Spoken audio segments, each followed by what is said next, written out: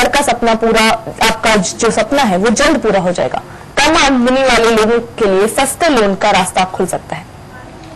दरअसल विश्व बैंक ने नेशनल हाउसिंग बैंक को $100 मिलियन का लोन देने का फैसला किया है। नेशनल हाउसिंग बैंक के चेयरमैन आर.वी. वर्मा ने बताया कि ये 25 साल का सॉफ्ट लोन है, यानी कि नेशनल हाउसिंग बैंक भी हाउसिंग फाइनेंस कंपनियों और बैंकों के जरिए लंबी अवधि के लिए लोन दे सकता है।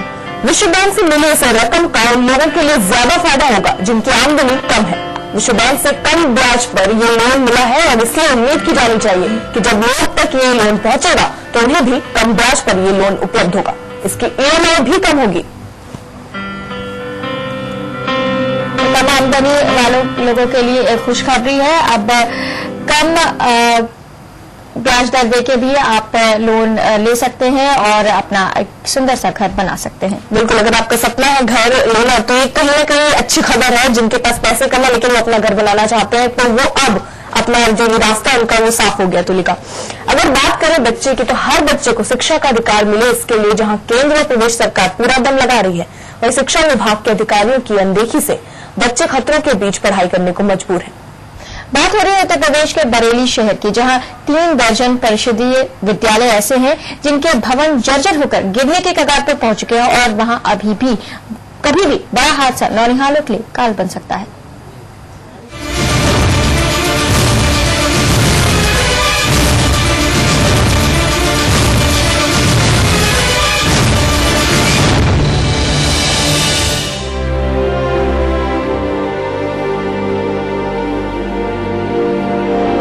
शिक्षा के इन मंदिरों की हालत की ये तस्वीर साफ बयां कर रही है कि बच्चों पर कैसा खतरा मंडरा रहा है। दशा ये है कि कई स्कूलों में छत तक नहीं है और वहां मलबा गिरता रहता है। पढ़ाने वाले शिक्षक और पढ़ रहे बच्चे अपनी किताब के साथ साथ छत पर भी निगाह बनाए रखते हैं। उन्हें डर हर वक्त सताता है कि कहीं छत भरभरा कर गिर न पड़े। विभाग को भी लिखा और प्रशासन को भी लिखा, लेकिन अभी तक इसमें कोई सुनवाई नहीं हो रही है। जरूरत है इससे पहले थोड़ा बच्चों को बाहर बिठा के रखना पड़ता है। बरसात के दिन में अक्सर ये संभावना रहती है कि हमारा विद्यालय का गिर जाए, वो गिरना डर लगता है। बाहर पड़ते हैं, जब बरसात होती है जब पानी का पड़ता है तो मेहमान जल्दी छुट्टी कर देते हैं। स्कूलों की दशा देखकर अनुमान लगाया जा सकता है कि बारिश के दिनों में क्या हाल होता होगा। छत से झरने की तरह पानी गिरता है। इन हालातों में बच्चे इन कक्षाओं में पढ़ें या खुद को भीगने से बचाएं। विभाग के अधिकारी जब निरीक्षण के लिए आते हैं तो उन्हें यह सब दिखता है, फिर भी उन्हें बच्चों पर मंडरा रहे खतरे का एहसास नहीं होता। इस संबंध में जब अधिकारियों से पूछा जाता है तो वो ये सब शासन के हाथ में होने की बात कहकर अपना पल्ला झाड़ लेते हैं।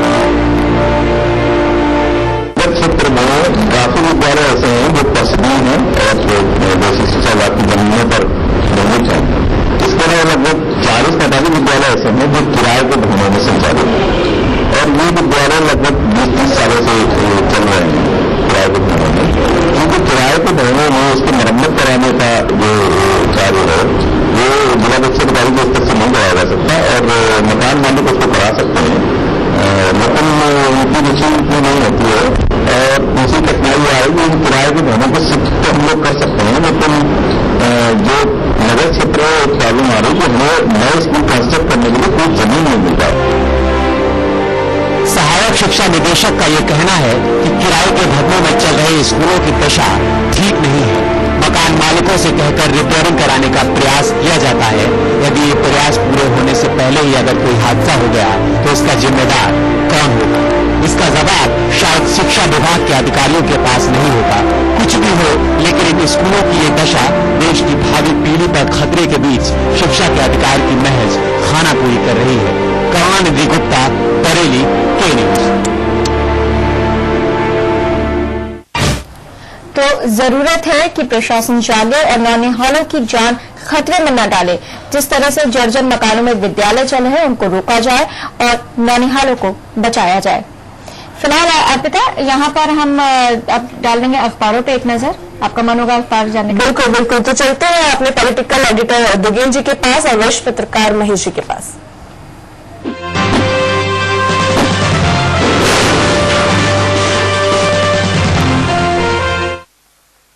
तुलिका, अगर अखबारों की बात करें तो सबसे पहले हम बात कर लेते हैं दैनिक जागरण की। पहली खबर बनाई है पहले पन्ने पर सट्टेबाजी का जाल तोड़ने की तैयारी। अब ये जाल कितना तोड़ पाते हैं ये तो एजेंसियां ही जाने। मुझे लगता है कि कुछ प्रयास शुरू किए गए हैं और इस खबर को बड़ी प्रमुखता से दैनिक जागरण ने उठाया है। दूसरी बड़ी खबर दैनिक जागरण ने ही ली है चीन पर विश्वास बहाली पर चीन से समझौते की उम्मीद धुंधली। दैनिक जागरण ने पहले ही आशंका जता दी है, जैसा हम लोग बात कर रहे थे कि विश्वास पहले कायम करिए तब व्यापार करिए। तो अखबार ने इस बात को उठाया है कि कहीं अभी विश्वास ही नहीं कायम है, उम्मीद धुंधली है। अभी कायम भी होगा, इसकी भी उम्मीद धुंधली हो गई है। इसके अलावा एक और अहम खबर उठाई है, पहले पन्ने पर प्रकाशित की गई है कि आतंकी वारदातों के 7 आरोपियों के केस वापस लिए हैं शासन ने। लेकिन अब वहां के जहां के रहने वाले हैं आतंकी, वहां के प्रशासन का क्या रुख रहता है ये अभी साफ नहीं हो पाया है, क्योंकि अभी गोरखपुर के मामले में शासन ने जिस आतंकी की केस वापस लिए थे वहां के प्रशासन ने मानने से इनकार कर दिया और ये पेच फंस गया है। इसी तरह एक गुजरात के विवादित नेता और वहां के गृह मंत्री रहे अमित शाह के कंधों पर भारतीय जनता पार्टी ने उत्तर प्रदेश की कमान सौंप दी है। इससे साफ है कि भारतीय जनता पार्टी लोकसभा चुनाव में एक हार्डलाइनर के रूप में उभरने जा रही है उत्तर भारत और हिंदी बेल्ट में। और सीधे सीधे उसने अमित शाह को यहाँ का प्रभारी बना के संकेत दे दिए हैं कि बिल्कुल साफ साफ रणनीति है, हिंदू एजेंडे पर हम चलने जा रहे हैं। जो जागरण ने एक और खबर को महत्वपूर्ण तरीके से दिया है, बॉटम पहले पन्ने का बनाया है।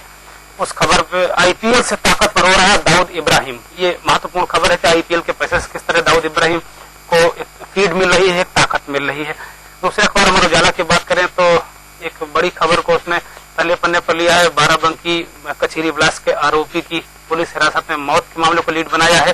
फिक्सरों पर शिकंजा कसने की खबर बनाई है और घुसपैठ के साय में चीन से होगी व्यापार की बातचीत, ये महत्वपूर्ण खबर है। और एक सबसे अहम खबर जो बॉटम में ली है कि जयपुर के एक संस्था के स्कूल में, एक निजी संस्था के द्वारा संचालित एक स्कूल में 5 मूक बधिर अनाथ छात्राओं बच्चियों के साथ दुराचार हुआ है, सामूहिक दुराचार हुआ। ये बेहद गंभीर और शर्मनाक खबर है पूरे देश के लिए। ये इसके बाद हम नजर डालते हैं हिंदुस्तान पर, तो हिंदुस्तान ने भी धमाकों के आरोपी की मौत की खबर को प्रमुखता से छापा है। और दूसरी खबर बनाई है कि श्री संत के लैपटॉप से बाहर आए कई राज। वो राज क्या है मुझे लगता है आज दिन में पता चल जाएंगे कि और क्या क्या राज हैं। लेकिन कुछ डायरी में कुछ चीजें लिखी हुई हैं, कुछ आईपैड में जानकारियां मिली हैं और कई महत्वपूर्ण जानकारियां पुलिस ने जुटाई हैं। 7 संदिग्धों के मुकदमे वापस होंगे, इस खबर को हिंदुस्तान ने भी लिया है। और एक और खबर जो कानपुर की ली है कि ब्लैक मेलिंग के विरोध पर सोहदे ने बुजुर्ग को पीटा, ये भी महत्वपूर्ण एक खबर है। और इसके अलावा हम लोग अभी चर्चा कर लेते हैं महेश जी से कि ये जो पूरा मामला आप समझ रहे हैं कि दाऊद इब्राहिम इस तरीके से आईपीएल हम करा रहे हैं, उसका पूरा इंतजाम हम कर रहे हैं। हमारी जो फ्रेंचाइजी है उतना पैसा नहीं कमा पा रही है और देश का दुश्मन जिसमें मुंबई में तहस नहस, मुंबई में आतंक मचाया पूरे देश में, तो कुल मिला के कहा जाए कि पाकिस्तान के इशारे पर अगर भारत में कुछ हो रहा है तो उसकी कड़ी है, जो उसका वायर है, उसका पैर है, वो दाऊद इब्राहिम है।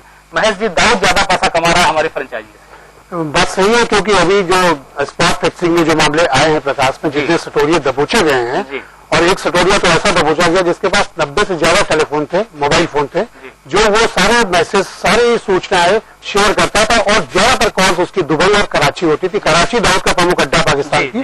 तो इससे ये सही है कि स्पॉट फिक्सिंग के जो नेटवर्क है वो दुबई और पाकिस्तान में बहुत तेजी से फैला हुआ है और दाऊद को इसमें सीधे सीधे लिंक करके देखा जा रहा है।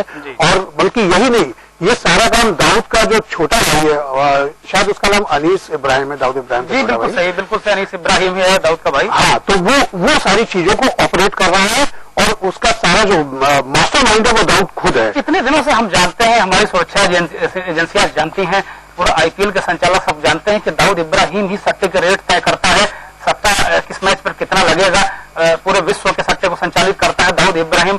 उसके बाद भी हम अब तक नेटवर्क नहीं तोड़ पाए। हर बात में हम दाऊद को दोषी ठहरा के यहाँ की पुलिस खुद का पल्ला झाड़ लेती है दाऊद, क्योंकि दाऊद हिंदुस्तान में नहीं है, सीधे सीधे होता कि बाहर है, हम पकड़ नहीं सकते, तो सारे मामले दाऊद पे मर के छुट्टी पा लेती है। लेकिन अब तक कोई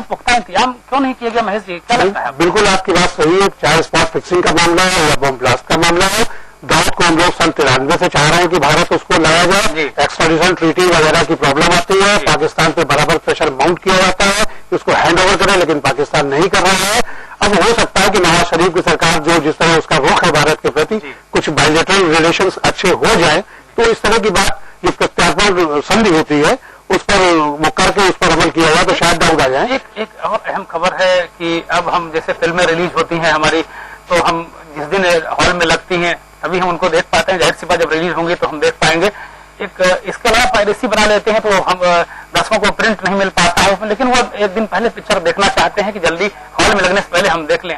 या नई फिल्म में भीड़ भाड़ ज्यादा होती है सिनेमा हॉल में, मल्टीप्लेक्सेस में, तो हम उसको थोड़ा सा बाद में देखना पसंद करते हैं, जाते हैं वहां पे। लेकिन एक ऐसी जो फिल्म निर्माता है वो इंटरनेट के अधिकार, जो इंटरनेट कंपनियां हैं या मोबाइल कंपनियां हैं, वो फिल्मों के अधिकार खरीदने जा रही हैं। एक दिन पहले हम लोग फिल्म देख सकेंगे इंटरनेट पे, अपने आईपैड पर, या जो हमारे पास जो गैजेट्स हैं उन पर हम ये फिल्म देख सकेंगे। तो मुझे लगता है कि दर्शकों के लिए एक अच्छा ये बात सही है कि दूरसंचार क्रांति में एक तो ये ठीक ठाक कदम है और इंटरनेट राइट्स खरीदने के बाद फिल्में एक दिन पहले देखी जा सकती है, लेकिन इसके कुछ दुष्परिणाम भी हैं। वो ये है कि इससे जो पायरेसी का रैकेट है कि आप समझिए जैसे फिल्म आती है आप उसको डाउनलोड कर लेते हैं और उसको उसकी सीडीज तैयार करके मार्केट में फ्लोट कर देते हैं, तो उसका जो प्रिंट आता है वो ठीक ठाक मिल जाता है। तो इस तरह के उसके दुष्परिणाम पर भी नजर डालनी होगी। एक और खबर महेश जी है कि अमित शाह जो गोधरा के भी आरोपी रहे हैं और कई मामलों में गंभीर रूप से वो गुजरात के मामले में उनको एक तरीके से जो एक समुदाय विशेष है बहुत ही हिकारत की नजर से देखता रहा, या यूं कहिए कि उनका नाम आते रिएक्शन होता रहा है। उनको उत्तर प्रदेश बीजेपी का प्रभारी बनाया गया है, क्या संदेश देना चाहती है भाजपा? ये बात सही है, अमित शाह सजा याफ्ता रहे हैं और गृह मंत्री रहे हैं मोदी सरकार में वो, और उनको ये जिम्मेदारी दी गई है। तो इससे एक साफ साफ संकेत ये जाता है कि भारतीय जनता पार्टी ने जैसे तय कर लिया है कि उसने एक जो उदारता है, एक जो ऑर्थोडॉक्स नेचर होता है किसी का, तो उसके बीच में एक लाइन ड्रॉ कर ली है। ये आपको नहीं लगा राजनीतिक दलों की कथनी करने में कितना अंतर है? एक तरफ कहती, जैसे भी राहुल गांधी का कल बयान आया था कि हम अपराधियों को बाहर करेंगे, जो सजा याफ्ता है उनको हम पार्टी में नहीं लेंगे। बीजेपी एक सजा याफ्ता है, ठीक है, उसको ये भी कह सकती है पॉलिटिकल है, लेकिन मैं नहीं मानता क्योंकि उन पर तमाम आरोप लगे, गंभीर आरोप लगे हैं और आगजनी और बवाल कराने के आरोप लगे हैं।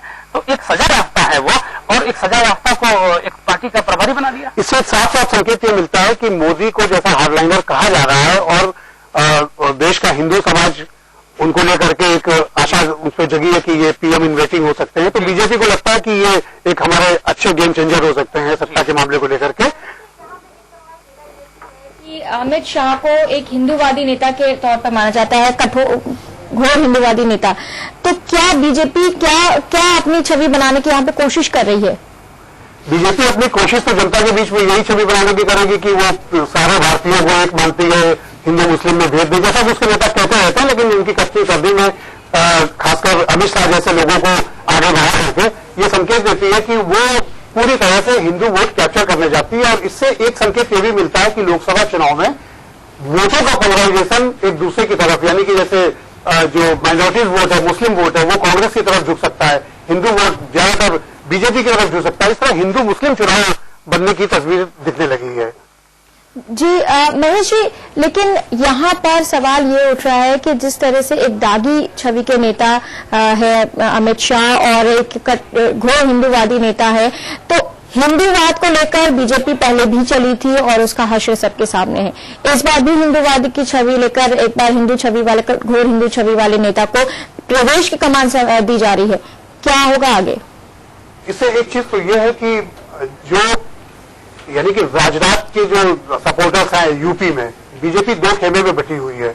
आडवाणी कैंप पलट चल रहा है, इनका कैंप पलट चल रहा है। बिल्कुल साफ साफ बयान आ रहे हैं नरेंद्र मोदी को लेकर के। जिस तरह सुषमा स्वराज और आडवाणी कैंप के ही लीडर विजय गोयल हुए, यूपी में कलराज मिश्रा हुए, बयानबाजी कर रहे हैं, तो उससे साफ साफ लग रहा है कि ये लोग उसके पक्ष में नहीं है। लेकिन राजनाथ की टीम ये साफ देख रही है कि अगर वो मोदी को आगे नहीं बढ़ाएगी, क्योंकि जनता का जो रुख है वो मोदी की तरफ है, खासकर हिंदू मतदाताओं का रुख मोदी की तरफ ज्यादा है, उसको देखते हुए बीजेपी से भुनाना चाहती है। इसलिए राजनाथ सिंह ने अमित शाह को यूपी का प्रभारी बनाकर भेजा है।